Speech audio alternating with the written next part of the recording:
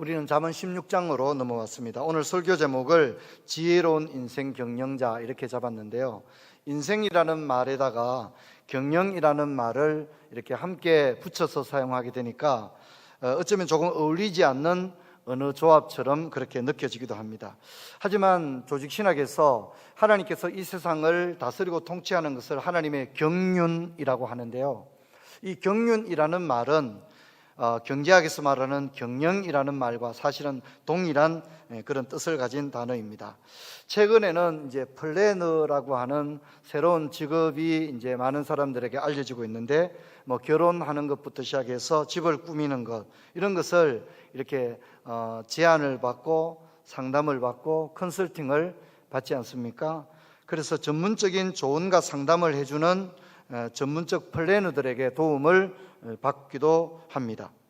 그렇다면 인생에도 계획이 필요하고 전략이 필요할 텐데, 잠언은 우리가 인생을 어떻게 경영할 것인가, 여기에 대해서 어떤 교훈을 주고 있을까요? 오늘 우리가 이것을 생각하려고 합니다.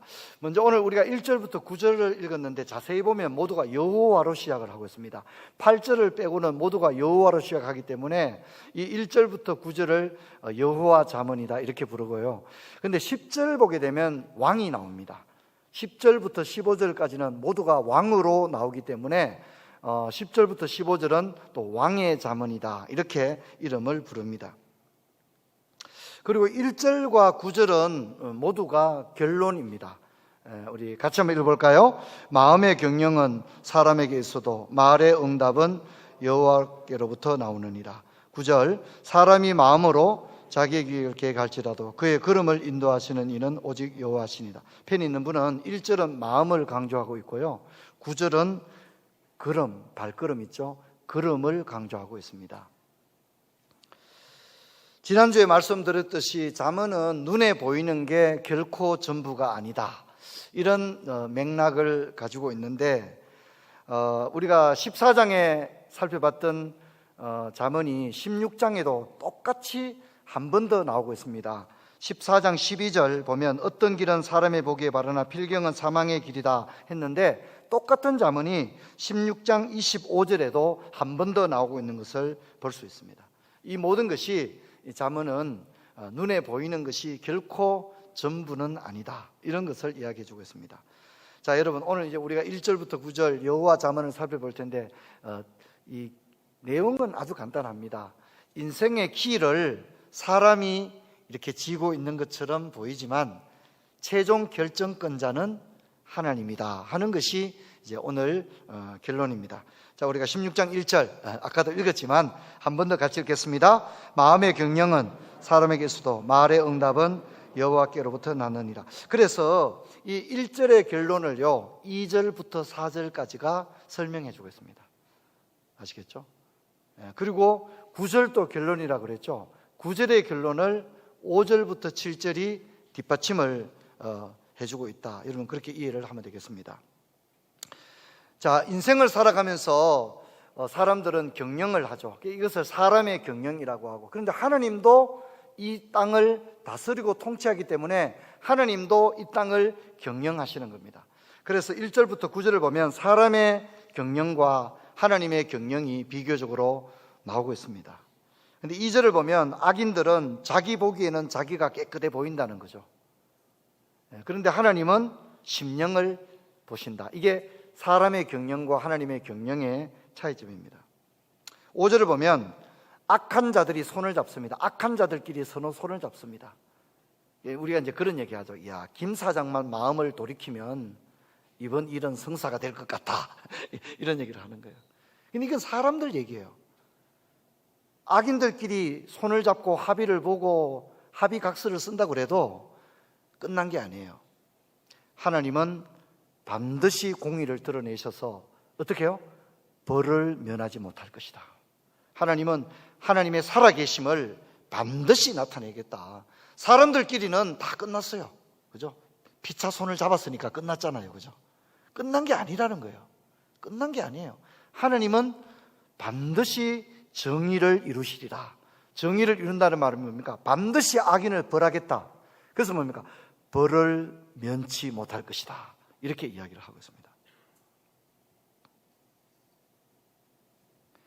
자, 그런가 하면 3절과 6절과 7절은 하나님을 경외하는 사람들의 인생 경영이 나오거든요. 3절을 보면 여호와께 맡긴다 그렇게 얘기합니다. 그랬더니 하나님께서 계획을 이루어 주신다. 또 6절에는 여호와를 경외했더니 악에서 떠나게 하시고 행위로서 하나님을 기쁘시게 했더니 7절에 원수와도 화목하게 하시더라 이렇게 얘기합니다. 그래서 아까 말씀드린 것처럼 2절과 4절은 1절의 결론인 내면의 동기를 뒷받침해주고 있고 5절과 7절은 9절의 결론인 행동, 그의 걸음, 행동에 대하여 주목하고 있습니다. 여러분 이제 우리 한 절씩 살펴보면 되겠습니다. 2절 같이 읽습니다. 사람의 행위가 자기 보기에는 모두 깨끗하여도 여호와는 심령을 감찰하시느라. 펜 있는 분은 2절에다가 교만이라고 적기를 바랍니다. 이게 이제 우리 교만이라는 말은 다소 좀 추상적이거든요. 뭐가 교만한 거냐? 좀 다소 추상적인데 잠언이 말하는 교만이 바로 2절입니다. 잠언의 세계에서 말하는 교만은 자기가 깨끗하다고 말하는 사람이 바로 교만한 겁니다. 자기가 보기에는 깨끗해 보이지만 아니라는 거죠. 그게 교만이라고 말합니다. 우리가 장깔병의 기독교 강요를 읽었지 않습니까? 거기 2장을 보면 인간 지식이 나오는데 깔병이 그런 말을 합니다. 우리가 우리 자신에 대한 참된 지식에 도달하게 되면 두 가지 감정을 우리가 경험하게 된다. 그 두 가지 감정이 뭐냐면 굴욕과 비참이다 그렇게 말하고 있습니다. 우리가 근사해 보여도 우리가 어떻습니까? 사실 엉터리 없잖아요. 우리 속에 남이 잘 되면 시기하는 마음이 일어나잖아요. 그리고 우리들 속에 탐욕이 얼마나 많습니까? 우리들 속에 끝없는 탐욕이 있지 않습니까? 그리고 음란한 마음이 있고 또 경쟁의식이 있고 우리가 얼마나 유격적이고 세속적이고 그렇지 않습니까? 안목의 정욕과 이성의 자랑에 빠져 있잖아요. 우리가 뭐 넥타이 매고 이래 있으니까 근사해 보여도 사실 만물보다 부패한 게 우리거든요. 그래서 우리 자신에 대하여 진정한 지식을 가지게 되면 우리는 참 하나님 앞에 굴욕감과 비참함에 놓이게 된다는 겁니다. 그런데 2절은 뭡니까? 자기 보기는 자기가 깨끗하다는 거예요. 내가 어땠어? 나는 깨끗하다. 나는 죄가 없다. 내가 도대체 뭘 잘못했느냐? 그렇게 말한다는 거죠. 그런데 여러분 바로 그것이 교만입니다. 2절은 그것을 우리에게 이야기합니다. 자기 만족과 자신을 스스로 우월하게 여기는 것을 잠언은 어리석고 교만한 자로 분류합니다. 하나님은 심령의 깊은 곳까지 아시기 때문에 하나님 앞에 우리 자신은 언제나 부끄러운 모습입니다. 그래서 스스로 높은 체하고 다른 사람을 깔보고 성경 이런 사람을 교만하다고 말합니다. 그런데 여러분 교만이 자기 자신한테도 독이 됩니다. 성경이 뭐라 합니까? 교만은 패망의 선봉이요 넘어짐의 앞잡이라고 말하거든요. 그래서 사람은 많은데 망하는 이유는 한 개밖에 없어요. 뭐죠? 교만입니다. 모든 사람은 교만 때문에 결국 무너진다는 것을 기억해야 됩니다. 그런데 이 교만이 자신에게도 독이 될 뿐만 아니라 하나님과의 관계에서도 가장 걸림돌이 교만입니다. 그래서 하나님은요 아예 꼭 집어서 말합니다. 나는 교만한 사람은 상대도 안 하겠다 이렇게 얘기합니다. 왜냐하면 교만한 자를 물리치시고 겸손한 자에게는 은혜를 베푸시고 이렇게 얘기하고 있거든요. 이 교만이라고 하는 것이 얼마나 악한 것인가를 우리는 생각을 해야 됩니다. 자, 여러분 이제 4절을 같이 한번 읽어볼까요? 여호와께서 온갖 것을 그 쓰임에 적당하게 지으셨나니 악인도 악한 날에 적당하게 하신. 하나님이 이 세상을 이끌어 가실 때는 때로는 악인들도 사용하더라는 거예요. 근데 악인을 사용한다고 해서 하나님이 악의 조성자거나 악을 허용하시느냐? 그렇지는 않습니다. 악인들도 악한 날에는 적당하게 지었다는 얘기는 쓰신다는 거죠. 그런데 여러분 하나님이 이 악인을 썼다고 해서 악인이 복된 게 아니에요. 왜냐하면 악인이 기껏해야 어디에 쓰인 거예요? 악역을 감당하는 데 쓰인 거예요. 성도 여러분, 저와 여러분이 좋은 것도 많은데 악한 배역을 맡으려고 태어난 건 아니잖아요. 그 악한 역할을 왜 굳이 우리가 해야 되겠습니까? 여러분 우리는 이 악한 역할은 피할 수 있기를 주의 이름으로 축원합니다. 할 수만 있다면 우리는 선하고 아름다운 일, 존귀한 일에 우리 자신이 사용되는 그런 은혜가 있기를 바랍니다. 이것을 기억하십시오. 근데 어떤 사람은 꼭 악역을 자기가 하려고 합니다. 그리고 뭐 어떤 분은 막 정의감에 불타서 막 자기가 막 이건 바로 잡아야 됩니다 막 이러는데, 여러분 큰일 납니다. 그 정의의 칼날에 많은 사람이 죽을 수도 있다는 것을 아셔야 합니다. 여러분 정의를 내세우고 이러면 야 대쪽 같아, 대쪽 같은 거 너무 좋아하면 안 됩니다. 여러분 우리는 정의도 필요하지만은 사랑으로서 균형을 갖춰야 될 줄로 믿습니다. 정의는 더 높이 드는데 사랑은 눈꽃만큼 없는 거예요. 여러분 이것은 얼마나 교만하다는 사실을 어떤 경우에도 잊지를 말아야 합니다. 여러분 성경은 일관되게 악인은 바람에 나는 겨와 같고 악인의 길은 망할 것이라고 분명히 말합니다. 여러분 이제 우리가 5절 같이 한번 읽어봅시다. 무릇 마음이 교만한 자를 여호와께서 미워하시나니 피차 손을 잡을지라도 벌을 면하지 못하리라. 제가 말씀드렸죠. 근데 여러분 그 2절과 5절에 한 번 더 적어 놓으시기 바랍니다. 이 교만이 뭐가 문제냐면 눈을 어둡게 한다는 특징이 있습니다. 교만. 그리고 또 편에 있는 분은 적어 놓으시기 바랍니다. 이 교만이 방어 기제를 사용한다는 거죠. 교만한 사람들의 특징이 방어 기제를 사용한다는 문제가 있습니다. 뭔 얘기냐면 당신이 뭔데 나한테 이래라 저래라 하느냐, 이게 교만입니다. 이 교만한 사람의 특징이 그겁니다. 그러니까 사실은 이 사람에게 너무나도 필요한 말을 누군가가 해주게 된다면 이 사람은 새로운 개선의 기회를 얻게 되잖아요. 그죠? 그런데 교만한 사람은 그것을 막아버린다는 거죠. 교만은 자아를 선동하여 비판을 듣지 못하게 하는 자기 방어에 이름으로써 교훈과 성찰의 기회를 잃게 되어진다는 거죠. 그래서 교만한 사람들끼리 피차 손을 잡을지라도 끝난 게 아닙니다. 사람들끼리 합의각서 썼다고 끝나는 게 아닙니다. 야, 저 사람하고 나 이제 드디어 합의했다, 이제 우리 마음 풀기로 했다, 끝! 아닙니다. 끝이 아닙니다. 성경은 말합니다. 피차 손을 잡을지라도 벌을 면하지 못하리라. 사람들끼리는 끝났는지 몰라도 하나님은 반드시 하나님의 공의를 나타내실 것이라고 이야기를 하는 겁니다. 여러분 그렇다면 복된 사람의 인생과는 어떨까요? 복된 사람은 인생을 어떻게 경영해 나갈까요? 우리 3절을 같이 읽겠습니다. 너의 행사를 여호와께 맡기라. 그리하면 내가 경영하는 것이 이루어지리라. 근데 우리 참 많이 아는 자문입니다. 자, 하나님께 맡깁니다. 우리 제자 훈련 받을 때도 제자의 분명한 어떤 요소 가운데 하나가 전적 위탁이라는 게 있다고 그랬잖아요. 이제 하나님께 맡기는데 자세히 한번 봅시다. 3절에 맡기는데 무엇을 맡겼다고 말하고 있죠? 너의 뭐를 맡겼죠? 행사를 맡겼다는 거예요. 행사라고 하는 것은 뭐냐면 구체적인 걸 말합니다. 구체적인 일. 우리가 인생을 살아가면서 우리 가운데 일어나는 크고 작은, 한번 따라해 봅시다. 구체적인 일. 구체적인 것을 하나님께 맡겼다는 거예요. 이제 제가 왜 이 얘기를 하느냐면 우리 예수 믿는 사람들이 자주 하는 말이 하나님께 맡겼다는 말을 많이 하거든요. 하나님께 맡겼다는 말을 하는데 진짜 맡겼습니까? 여기 하나님께 너는 하나님께 맡기라 이렇게 말하지 않고 구체적으로 너의 행사를 하나님께 맡기라고 했잖아요. 그죠?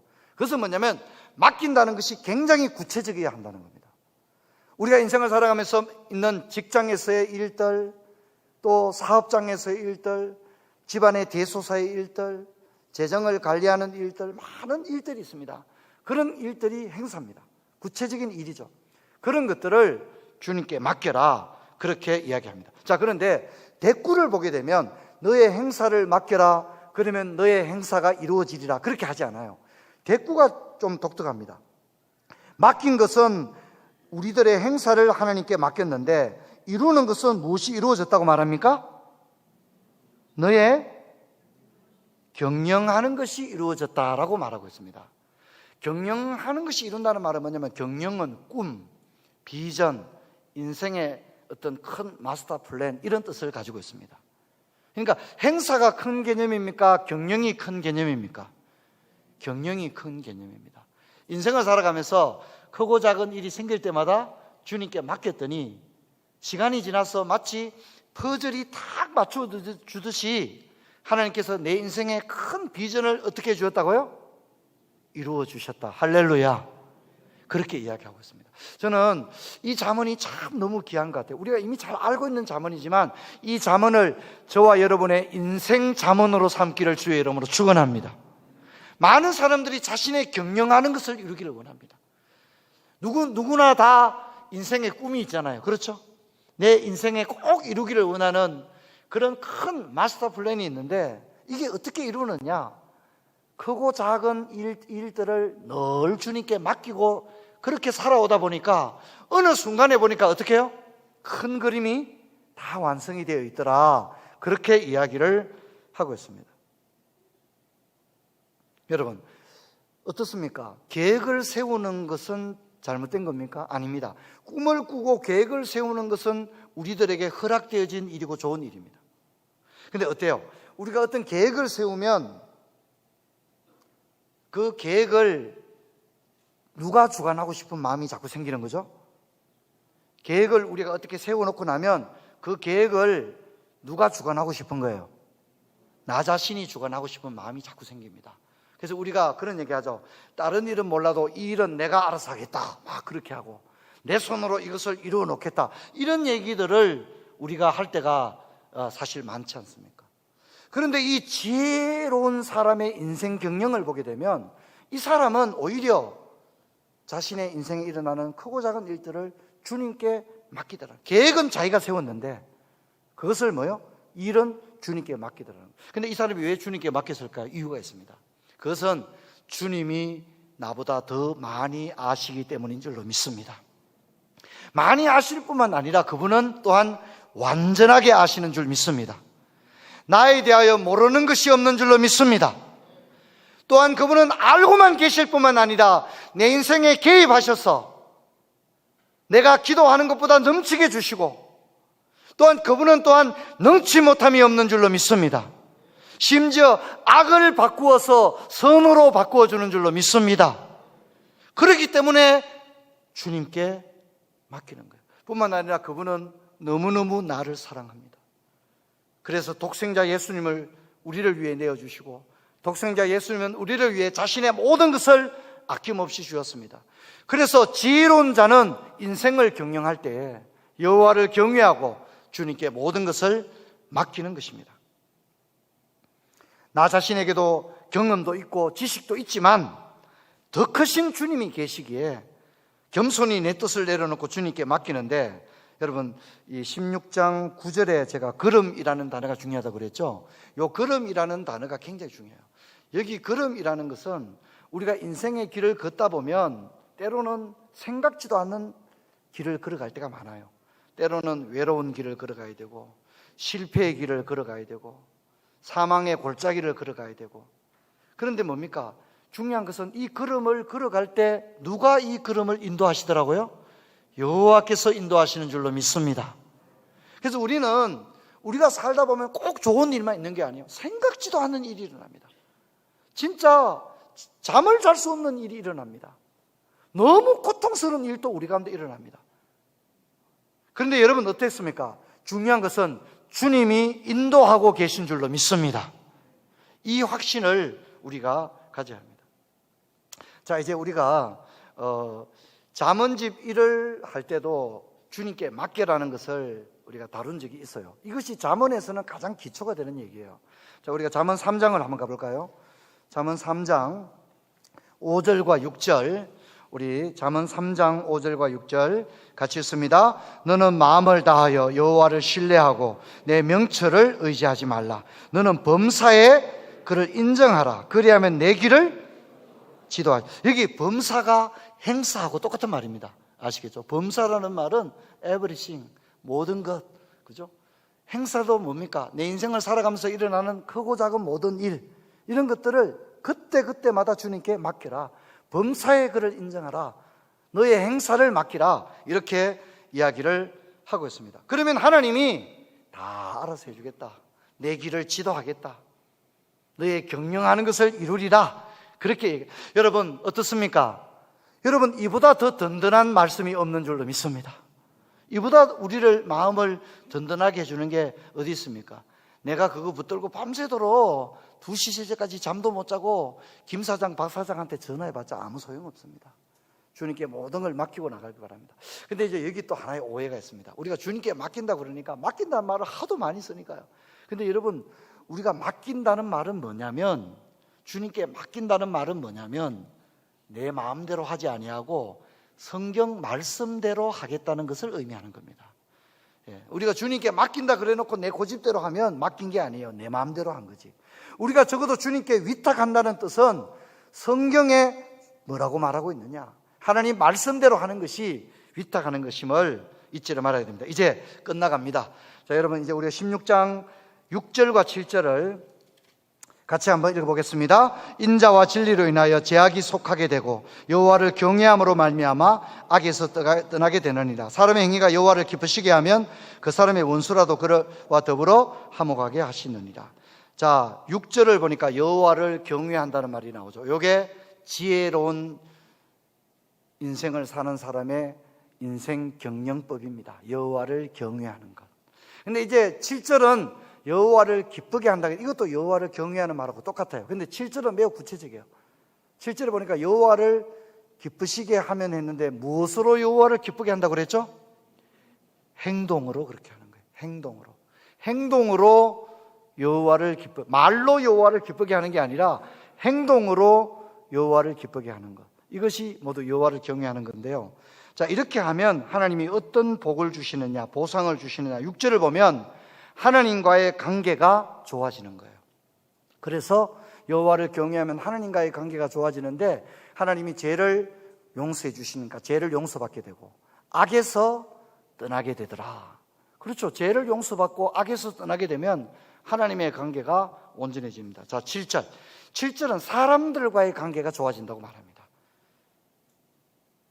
심지어 원수하고도 화목하게 될 것이다. 이렇게 얘기를 합니다. 여러분, 여호와를 경외하는 사람도 원수가 있을 수 있나요, 없나요? 있을 수 있습니다. 하나님의 사람 다윗도 보게 되면 원수들이 있었죠. 근데 이 원수와 화목하게 되는 게 여러분 쉬운 일입니까? 어려운 일입니까? 어려운 일이죠. 왜냐하면 나는 그 사람을 향해 용서하고 마음의 문을 다 열어놔도 서로 상호적이니까 저쪽에서 마음의 문을 열지 않으면 화목할 수가 없는 거예요. 그래서 아무리 여호와를 경외해도 원수와 화목하게 되는 것은 우리 힘으로 할 수 있나요, 없나요? 너무 안 도와주시네요. 우리 힘으로 화목하게 될 수 있나요, 없나요? 없습니다. 그건 안 돼요. 우리 힘으로 안 돼요. 우리야 화목하고 싶죠. 성경에 원수도 사랑하라 했으니까. 그런데 원수와 화목하게 되는 것은 그건 어려워요. 왜냐하면 저 사람이 마음의 문을 열지 않는 이상은 이게 될 수 있는 일이 아니거든요. 거의 불가능에 가깝다고 해도 과언이 아닌 일이 원수와 화목하게 되는 일이거든요. 그렇지 않습니까? 그런데 어떻습니까? 우리가 여호와를 온전히 경외하면 하나님이 우리에게 은혜를 베풀어 주는데 심지어 어떤 은혜까지도 준다고요? 원수하고도 화목할 수 있도록 하나님께서 우리와 갈등에 관계 있는 사람의 마음을 움직여주는 줄로 믿습니다. 저는 이 말씀 보면서 참 놀랐다는 생각을 했어요. 이건 진짜 우리가 할 수 있는 일이 아니거든요. 우리가 어떻게 할 수가 없거든요. 시간이 지난다고 해서 되지가 않거든요. 한 번 돌아선 사람의 마음을 다시 바꿔놓는 것은 진짜 어렵습니다. 진짜 이건 어렵습니다. 여러분, 우리가 인생을 살면서 참 인간관계 때문에 고통을 겪지 않습니까? 야, 저 사람하고 원수 맺은 거 저것만 좀 풀면 내 소원이 없겠다. 여러분, 원수 맺은 거 푸는데 40일 새벽기도 하면 된다 그러면 여러분 40일 새벽기도 하겠어요, 안 하겠어요? 안 합니까? 원수 맺은 거 풀릴 수 있다면 40일 새벽기도 왜 안 하겠어요? 근데 40일 새벽기도 한다고 되는 게 아니에요. 이건 사람이 할 수 있는 일이 아니에요. 그런데 이걸 누가 하신다고요? 하나님께서 한다고 말합니다. 성경에 보니까 그 사람의 원수라도 그와 더불어 화목하게 하시느니라. 화목하게 하시느니라. 그렇게 이야기합니다. 자, 여러분, 원수까지도 화목하게 되었다면 평소에 좋던 사람들과의 관계는 얼마나 더 좋겠습니까? 그죠? 원수하고도 화목하게 되었다면 인간관계의 고통은 아마 전혀 없을 것이다. 그렇게 생각됩니다. 여러분, 이 은혜가 저와 여러분에게 있기를 주의 이름으로 축원합니다. 제가 말씀 맺고자 합니다. 오늘 제가 여러분에게 말씀드렸듯이 이 허들링 22 타임캡슐 적는 것에 대해서 제가 말씀을 좀 드리려고 합니다. 여러분, 이것에 꼭 참여를 해주기를 바라고요. 이거 적을 때에 아마 갈등이 있을 겁니다. 나를 가꾸자, 가정을 일으키자, 교회를 세우자, 이렇게 막상 적으려고 할 때 갈등이 있을 겁니다. 나를 가꾸자, 건강이라든가 여러 가지 문제가 있겠죠. 또 가정을 일으키자. 어떤 가정은 할아버지 때부터 해결 못한 문제가 아직도 해결 안 되고, 어떤 분들은 우리 아버지가 이것만큼은 해결하려고 그렇게 애쓰시다가 돌아가셨다. 진짜 그런 것도 있을 겁니다.